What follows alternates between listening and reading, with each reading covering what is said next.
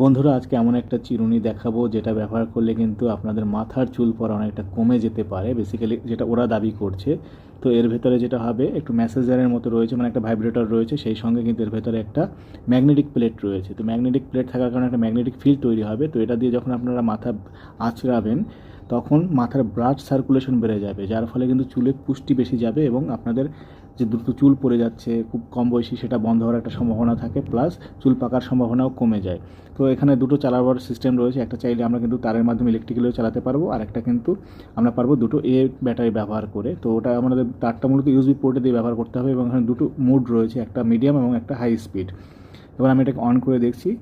On করার পরে কিন্তু এটা বেশ ভাইব্রেট করছে বেশ ভালো রকম। তো এই অবস্থায় মাথা আঁচড়ালে কিন্তু একটু ম্যাসেজ ফিল হবে, প্লাস এর পিছনে যে অংশটা রয়েছে একটু ওই গোটা গোটা, ওই অংশটা দিয়ে কিন্তু চাইলে আপনার বডি ম্যাসাজও করতে পারবেন।